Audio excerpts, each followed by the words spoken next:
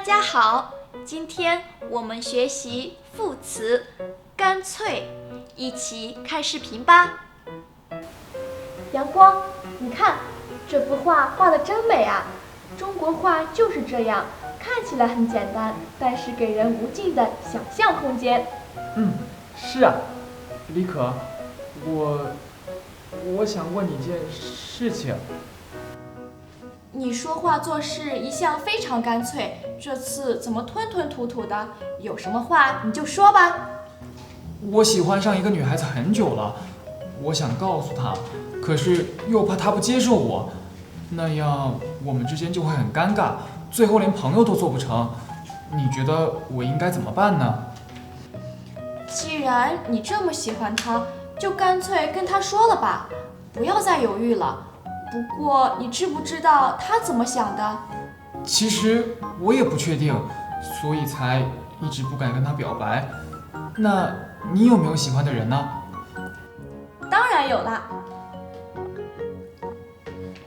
我超级喜欢这个明星，唱歌跳舞都好，长得还帅。哈哈，你也追星啊？你在现实生活中没有喜欢的人吗？还没有。我觉得如果没有找到自己喜欢的人，干脆就选择单身，也不要因为孤单就随便找个男朋友或者女朋友。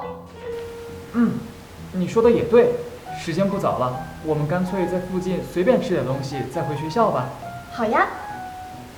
干脆做副词时，表示在某种情况下提出更直接的方案，不犹豫地做某事，通常用在动词性成分前。例如，既然你这么喜欢他，就干脆跟他说了吧。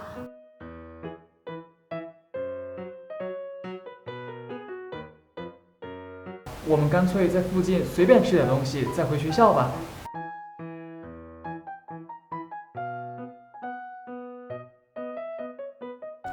干脆做形容词时，意思是做事很快，不犹豫。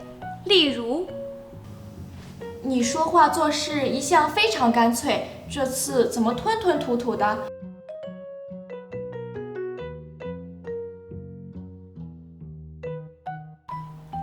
大家学会了吗？跟我读，就干脆跟他说了吧。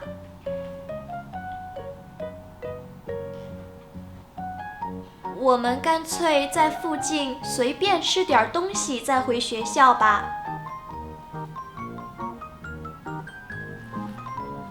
你说话做事一向非常干脆。